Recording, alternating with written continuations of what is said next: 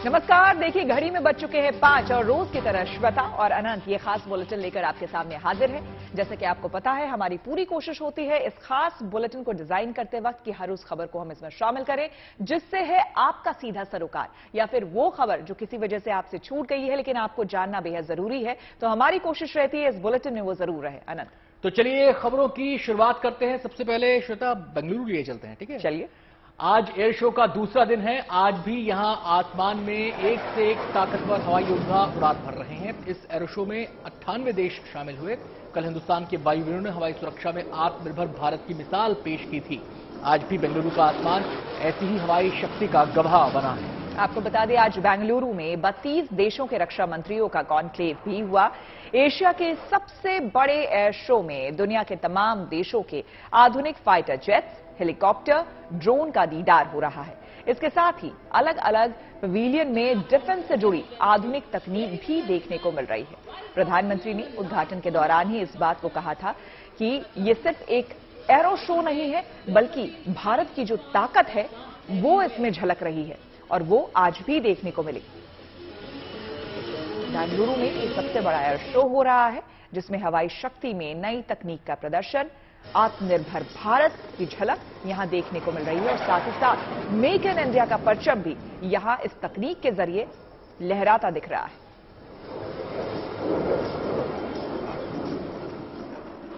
Arrow India 2023 में तीनों सेनाओं के लिए नई तकनीक पर खास जोर दिया जा रहा है। ऐसे में आकर्षण का केंद्र बना है जेटपैक सूट। जेटपैक सूट जैसा नाम से ही आपको पता चलता है कि एक ऐसा सूट है जिसे पहनकर इंसान जेट बन जाता है।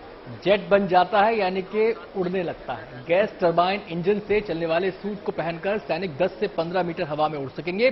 किसी भी मौसम में यह सूट काम करेगा। जेटपैक सूट के जरिए भारतीय जवान हवा में उड़कर दुश्मन को मुंहतोड़ जवाब दे सकेंगे। तो इस समय आप इस जेटपैक सूट की एक झलक देख रहे हैं जिसका प्रदर्शन एयर शो में किया गया है। आपको बता दें कि इसके अलावा और भी तमाम अत्याधुनिक उपकरण, हथियार इस एयर शो में देखने को मिल सकते हैं। और ये जेटपैक सूट जो भविष्य के योद्धा हैं, जो हमारे जांबाज हैं, उनके लिए एक अहम कवच साबित होने वाला है। खासकर उन इलाकों में, उन ऑपरेशंस में जेटपैक सूट का इस्तेमाल किया जा सकेगा जो दुर्गम हैं और जहां पर आसानी से पहुंचा नहीं जा सकता, वहां पर ये बड़ा कारगर साबित हो सकता है। इस जेटपैक सूट में आप देख सकते हैं, इसको पहनने के बाद कोई भी योद्धा 10 से 15 मीटर की ऊंचाई पर उड़ सकता है। पर जो इनोवेटर हैं वो हमारे साथ हैं, उनसे हम बात करेंगे। राघव रेड्डी हैं जिन्होंने ये मॉडल तैयार किया है। इसके ट्रायल शुरू हुए हैं और इसके बारे में मैं आपसे जानना चाहूंगा कि जो ये जेट सूट मार्क 1 है, ये बनने के बाद किस तरह से, क्या इस्तेमाल, किस तरह से ये काम करेगा? काम करना और इसका कैसे इस्तेमाल होगा, ये दो चीजें हो सकते हैं सर। ये कैसे काम करेगा वो मैं बता सकता हूं, इस्तेमाल कैसे करना चाहिए वो एंड यूजर के ऊपर एक्चुअली डिपेंडेंट होता है, क्योंकि ये रिक्रिएशनल आइटम भी है। अगर टेक्नोलॉजी के बारे में बात करेंगे, ये पूरा टर्बोजेट इंजन से चलता है। इसका डीजल फ्यूल है। हमने डीजल इसलिए चूज किया कि डीजल का जो flash point and fire point है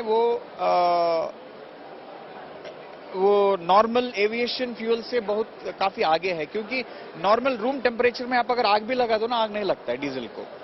वो सेफ्टी को लेते हुए, तो मतलब ऑपरेटर के या पायलट का सेफ्टी को लेते हुए हमने डीजल के लिए इंजन्स को मॉडिफाई किया गया है। राघव रेड्डी ने बताया कि वो सेना ने क्योंकि इसकी आरएफपी निकाली है और उसको लेकर वो उत्साहित है कि इस तरह की एक नई चीज, क्योंकि ये पहली बार होगा कि इस तरह का जेट सूट भारत में बनाया जाएगा और भारतीय सेना ने क्योंकि उसकी डिमांड की है, तो इस तरह की वो इस तरह का जेट सूट को बनाकर देने में कामयाब हो पाएंगे। युद्ध के दौरान सेनाओं के अलग अलग अंगों के बीच तालमेल बेहद जरूरी है। सेना की जमीनी और हवाई एलिमेंट एक साथ काम करते हैं, उनमें तालमेल बेहतर हो सके, इसके लिए सेना की मिलिट्री इंजीनियरिंग यूनिट ने खास त्रिशूल लिंक सिस्टम तैयार किया है, जिसके जरिए आपको बता दें कि जमीन पर मौजूद सैनिकों और आसमान में हेलीकॉप्टर और ड्रोन के साथ तालमेल कायम किया जा सकता है। सिस्टम आप लोगों ने तैयार किया है, किस तरह से ये युद्ध के मैदान में काम करेगा? वर्तमान दौर में जब सेना की विभिन्न इकाइयां आपस में एक साथ ऑपरेट कर रही होती है, जिसमें कि जमीनी दस्ते, एरियल प्लेटफॉर्म, अटैक हेलीकॉप्टर सब साथ में एक युद्ध में भाग लेते हैं, उस समय हर एक एलिमेंट के बीच आपसी तालमेल, सहयोग और कमांड कंट्रोल एंड कोऑर्डिनेशन की बहुत आवश्यकता होती है, जो कि एक ऑटोमेटेड सिस्टम की रिक्वायरमेंट को दर्शाता है। इसीलिए सेना ने एक त्रिशूल लिंक सिस्टम को विकसित किया गया है। इस सिस्टम में सबसे इंपॉर्टेंट पार्ट यह एक इलेक्ट्रॉनिक गैजेट है, जिसे कि किसी भी टैंक, बीएमपी, अटैक हेलीकॉप्टर या फिर पैदल सेना के द्वारा भी कैरी किया जा सकता है। यह लगातार ऑटोमेटिकली अपनी लाइव लोकेशन डाटा को और अन्य इंफॉर्मेशन के साथ ट्रांसमिट करता रहता है। उस ट्रांसमिटेड डाटा को कमांडर एक टैक्टिकल डिस्प्ले पे हमेशा कंटिन्यूअसली मॉनिटर कर सकता है, उसे अपने दस्ते के हर एक एलिमेंट की लोकेशन और उसकी कंप्लीट इंफॉर्मेशन, जैसे कि उसकी latitude, longitude, distance, directions, bearing, कितनी हाइट पे है वो और उस लोकेशन पे उस किस टाइम पे पहुंचा, ये सब उसे लगातार पता चलता जाता है। चलिए अब बात कर लेते हैं नारी शक्ति की। भारतीय नौसेना की पहल पर नेवी के महिला अफसरों की कार रैली को आज दिल्ली के इंडिया गेट से राजस्थान के लोंगेवाला युद्ध स्मारक के लिए रवाना किया गया। नौसेना प्रमुख एडमिरल आर हरिकुमार ने हरी झंडी दिखाई, जिसके बाद महिला ब्रिगेड मिशन पर चल पड़ी। नौसेना में करियर बनाने के लिए लड़कियों को जागरूक करने के मकसद से ये कार रैली शुरू की गई। 12 दिनों की यात्रा के दौरान इस कार रैली में 2300 किलोमीटर का सफर तय किया जाएगा। शी इज अनस्टॉपेबल, यानी वो अजय है। इस जयघोष के साथ और ऊंची उड़ान की टैगलाइन के साथ ये महिला अधिकारी इस सफर के दौरान न सिर्फ महिलाओं को फौज में आने के लिए प्रेरित करती नजर आएंगी, बल्कि भारतीय नौसेना में करियर के अवसरों के बारे में ये नेवी अधिकारी लड़कियों को जागरूक भी करेंगी। तो कोशिश ये है कि हर क्षेत्र में जिस तरीके से महिलाएं पुरुषों के साथ कंधे से कंधा मिलाकर आगे बढ़ रही हैं, कदम ताल कर रही हैं, रक्षा क्षेत्र में भी महिलाओं की मौजूदगी को बढ़ाया जाए, इस दायरे को बढ़ाया जाए और उसी दिशा में कदम बढ़ाते हुए कार रैली शुरू की गई है। केरल के कोच्चि में आज 75वें तटरक्षक बल की पासिंग आउट परेड हुई।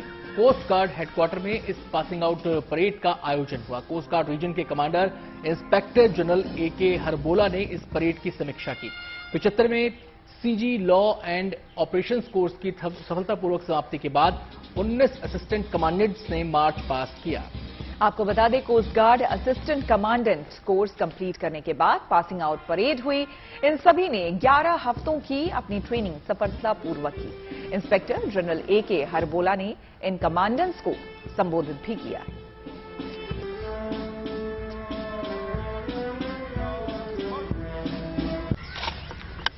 तो इस पासिंग आउट परेड को आप देख सकते हैं। 11 हफ्तों की ट्रेनिंग सफलतापूर्वक इन कमांडेंट्स ने पूरी की। उसके बाद पासिंग आउट परेड में हिस्सा लिया। आपको बता दें कि CG law and order operations course की सफलतापूर्वक समाप्ति के बाद इस मार्च पास्ट का आयोजन किया गया था।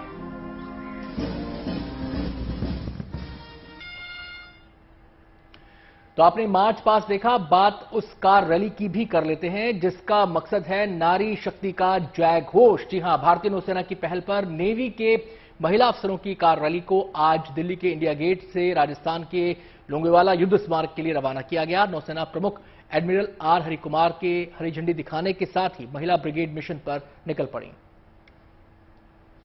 इस नई सोच में बहुत सारी महिलाएं ऐसी भी हैं जो हाउसवाइफ भी हैं और साथ में नेवी ऑफिसर्स की वाइफ है, वो भी लगातार इस रैली में आगे बढ़ेंगी, सहयोग देती नजर आएंगी। तो कई सारे लोग आपको नजर आ रहे होंगे। मैम, पहला सवाल, इसको कितना ज्यादा आप लेकर एक्साइटेड हैं? पहली बार जीवन में इतनी लंबी यात्रा पे जा रहे हैं या फिर? No, I am very excited about the whole thing. इतनी एक्साइटमेंट है कि रात को नींद भी नहीं आई। We are going to really have good time and this outreach programs will be really good. First time इतनी लंबी I am going for the first time. Yeah. Being in the forces, we keep doing long drives quite often. Yeah, but yeah. Excited हैं बहुत ज्यादा। अच्छा ma'am, एक social cause भी इसमें जुड़ा हुआ है, तो उसको लेकर किस तरीके से आप लोग रहेंगे कि बीच बीच में आप लोगों की कई लोगों से मुलाकात भी होगी, लोगों से मुलाकात भी रहेगी, तो उसे लेकर क्या दिमाग में? We are trying to reach and help as many people, tell them what Navy is about, and if they are interested to join the Navy, we will motivate them to join the Navy. Yeah. Ma'am कितनी excited है इस पूरे mission को लेकर? बहुत excited है, very very excited. और कितने दिन से तैयारी चल रही थी कि यहाँ जाना है फिर वहाँ जाना है? I think last 1 month, I think 1 month. और पुलवामा के शहीदों को श्रद्धांजलि देते हुए आज देश उन्हें नम आंखों से याद कर रहा है। पुलवामा समेत देश भर में शहीदों को श्रद्धांजलि दी जा रही है। सुरक्षा बलों से लेकर हर कोई शहीदों की तस्वीरों पर पुष्प अर्पित कर उनके बलिदान को याद कर रहा है। प्रधानमंत्री नरेंद्र मोदी ने ट्वीट के जरिए शहीदों को याद किया है। अपने ट्वीट में उन्होंने इन जवानों के सर्वोच्च बलिदान को नहीं भूलने का जिक्र किया है। आपको बता दें कि 14 फरवरी 2019 को पुलवामा के अवंतीपुरा में जवानों पर आतंकी हमला हुआ था। 2019 में आज ही के दिन श्रीनगर जम्मू नेशनल हाईवे पर सीआरपीएफ के काफिले पर आतंकी हमला हुआ, जिसमें 40 जवान शहीद हो गए थे। आपको बताएं कि विस्फोटकों से भरी एक कार को जवानों के काफिले में चल रहे वाहनों से टकराकर ब्लास्ट किया गया था और इस ब्लास्ट के बाद 40 जवान शहीद हो गए थे। और इस आतंकी हमले के बाद एयर स्ट्राइक्स भारत ने की थी पाकिस्तान में घुसकर। कृतज्ञ राष्ट्र आज सीआरपीएफ के जवानों को श्रद्धांजलि अर्पित कर रहा है, जो कि पुलवामा में हुए आतंकी हमले में शहीद हुए थे। 2019 में दक्षिण कश्मीर के पुलवामा जिले में सीआरपीएफ की जो कानवाई जा रही थी उस पर एक आत्मघाती आतंकी हमला होता है, जिसमें 40 जो सीआरपीएफ के जवान हैं वो शहीद होते हैं। और उसके बाद समूचे राष्ट्र में हमने देखा कि किस प्रकार आक्रोश था और फिर देश की सरकार ने एक बड़ी इच्छा शक्ति दिखाई और पाकिस्तान के अंदर जाकर बालाकोट में जैश ए मोहम्मद के आतंकी ठिकाने को ध्वस्त किया गया। आज 14 फरवरी है, आज ही के दिन 2019 में पुलवामा में आतंकी हमला हुआ था और जो सीआरपीएफ के जवान जो शहीद हुए हैं उनको आज श्रद्धांजलि अर्पित की जा रही है। देश के लिए उन्होंने अपनी जान दी है, ये कोई छोटी बात नहीं है। देश के लिए मर मिट गए हैं, इस बात का हमें गर्व है कि वो देश के लिए अपनी जान देंगे। बढ़ेंगे आगे। आपको बता दें कि मध्य प्रदेश के कूनू नेशनल पार्क में चीता प्रोजेक्ट के तहत 12 और चीतों को लाने की तैयारी पूरी हो चुकी है। दूसरे चरण में 18 फरवरी को साउथ अफ्रीका से 12 चीते लाए जाएंगे। साउथ अफ्रीका से आ रहे चीतों को लेकर पार्क प्रबंधन ने सभी तैयारियां पूरी कर ली है। साउथ अफ्रीका से चीतों को लाने के लिए भारत से 4 सदस्यीय दल साउथ अफ्रीका पहुंच गया है। कूनो के लिए क्वारंटीन किए गए चीतों के स्वास्थ्य परीक्षण और दूसरी औपचारिकताएं पूरी करने के बाद 17 की शाम को चीतों को लेकर विशेष विमान से सीधे ग्वालियर के लिए उड़ान भरेगा, जहां से 18 फरवरी की सुबह वायुसेना के विशेष विमान से कूनो पार्क में चीतों को लाया जाएगा। आपको बता दें कि दक्षिण अफ्रीका से पहले कूनो नेशनल पार्क में ही नामीबिया से चीते लाए गए थे। अब कोशिश ये की जा रही है कि जो चीते विलुप्त हो गए थे भारत से, उनकी आबादी को यहां पर बढ़ाया जाए और ये चीतों से भारत के जंगल भी गुलजार हों। उसी दिशा में कदम बढ़ाते हुए अब ये चीते और आ रहे हैं।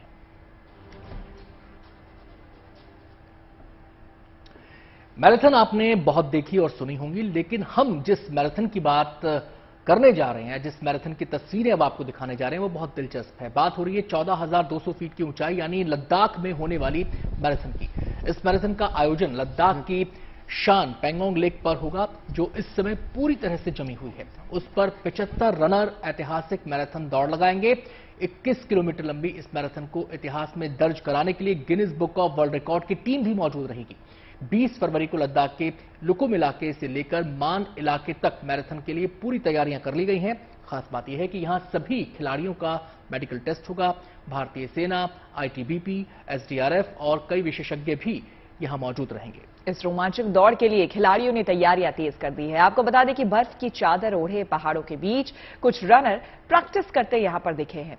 आसमान से लेकर जमीन तक सफेद यहां पर नजर आ रही है। कड़ाके की ठंड के बीच जवानों का जोश बिल्कुल हाई है।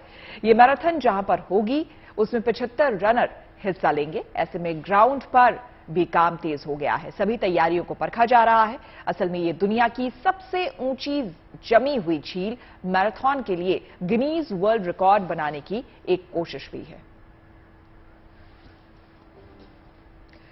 चलिए अब बात कर लेते हैं देश को मिले उस तोहफे की जिसका जश्न जम्मू कश्मीर के लोग धूमधाम से मना रहे हैं। दरअसल यहां के रियासी जिले में जियोलॉजिकल सर्वे ऑफ इंडिया ने ढूंढ निकाला है व्हाइट गोल्ड का सबसे बड़ा भंडार। जी हां, यहां पर व्हाइट गोल्ड यानी कि लिथियम के खजाने का पता चला है।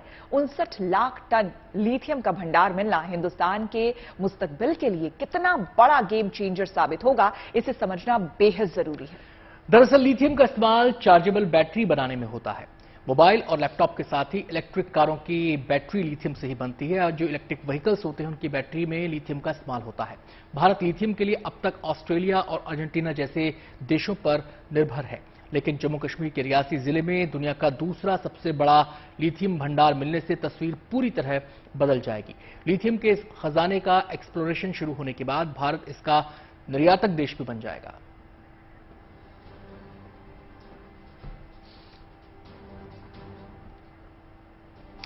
और हमारे इस खास बुलेटिन में फिलहाल इतना ही।